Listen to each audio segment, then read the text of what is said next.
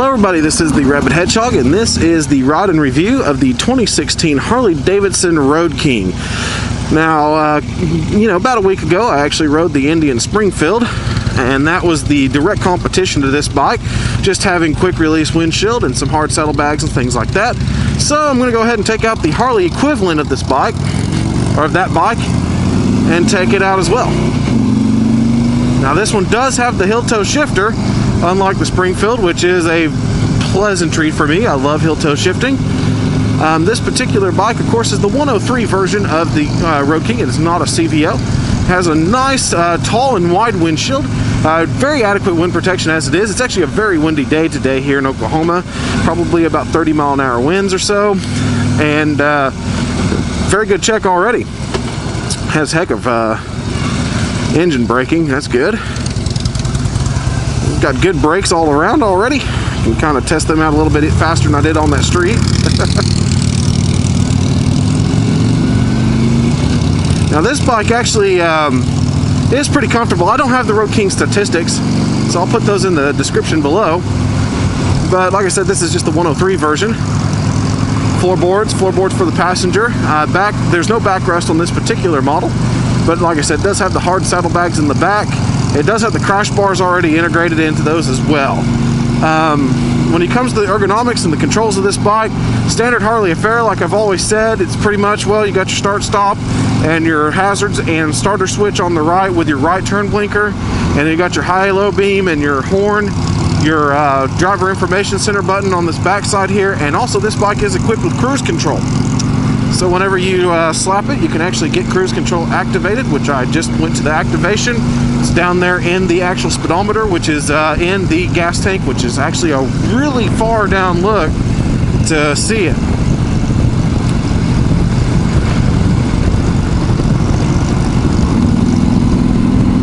This is a 6-speed transmission on this one. Very smooth. I mean, this is not as smooth as the Springfield. I still actually feel quite a bit of vibration. You can see it in the mirrors too. You didn't get that in the Springfield, but you do get this definitely in the Harley. Of course, that's to be expected. These Harleys like to vibrate a little bit. But you know what? The ride is a little bit more compliant than I remember the last one of these I rode. That one was a long time ago though, so it was an older version of the Road King that I was help ferrying basically for a friend, so that way he could ride another bike back to the house, and I rode the other one back up for him. Now this one, like I said, everything's in the speedometer housing here. You have a reserve or remaining fuel tank section here. Then you got your regular odometer, trip odometers, and then your gear selection and tachometer, kind of like most of your Harley-Davidsons nowadays, digital of course. 103 pulls down low pretty decently. Get it going up high, and it's of course going to wear out a little bit on you, but still very comfortable. I have to say though, I do like the balance of the Springfield better. This one does command the road really well, but I really think that the Springfield commanded it better, and it just felt like it was more balanced. This one's not quite there, but I mean, it's got that typical Harley feel that it kind of wants to fall to one direction, in my opinion, and that's just mostly when you get to the most slower speeds, when the Springfield likes to stay up. Since I was riding out of there, I kind of felt that feeling that it wanted to, but it's very good on the road. That really doesn't translate as much when you're in the motion, so that's good. This bike is floorboarded, so let's see what we can do going around this little Texas turnaround here.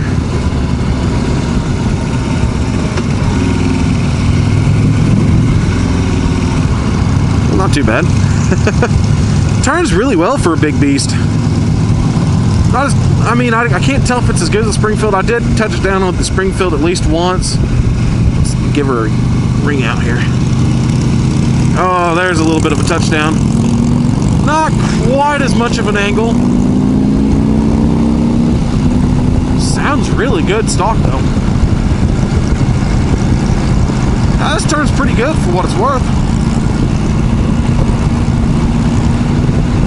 Good power, good wind protection. I'm now going up to the north, and if you heard in my last videos that I've done today, and you'll hear the wind probably, and those a lot more than you do here. This one's quite a bit better in the wind. But yeah, I mean, the suspension's more jittery than the air-filled spring-filled. That's the truth. It does have more of a jitter going through it, way more vibration going through it. Go to 6th gear, see if that helps hold it a little bit better. And no, it's still pretty vibrating.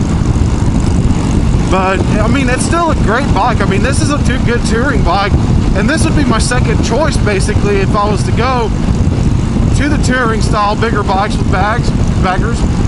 I can talk eventually. This will be a bike that I would go ahead and choose. Now this particular one does have fog lamps, so it's got these front switches up here for the fog lamp control. The other one over here is an accessory dummy switch, so there's actually nothing connected to it now, but on certain models it is connected to something.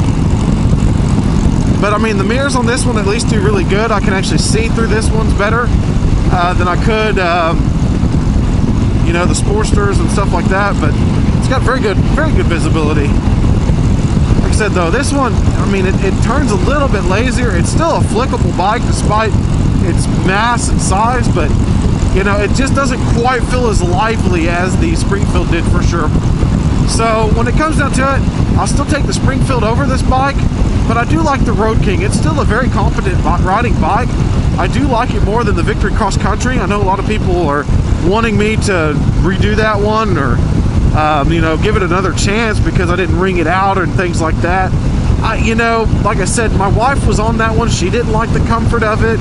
I was okay as the rider, but this one's got a really nice plush seat.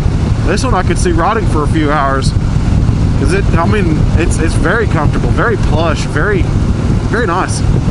So at any rate, this is the Rabid Hedgehog, and this is once again a Rabid Hedgehog approved kind of bike. Like I said, being my second choice to the Indian Springfield. I like the power a little bit more on the Springfield. Definitely like the turning ability on the Springfield more. But this bike is not bad at all. Keep the shiny side up, folks. And if you're looking for Harley-Davidson in Edmond, Oklahoma, stop by at Harley Nation Harley-Davidson, where we're pulling into. It's located at the corner of Broadway Extension and 33rd Street. Have a good one, folks.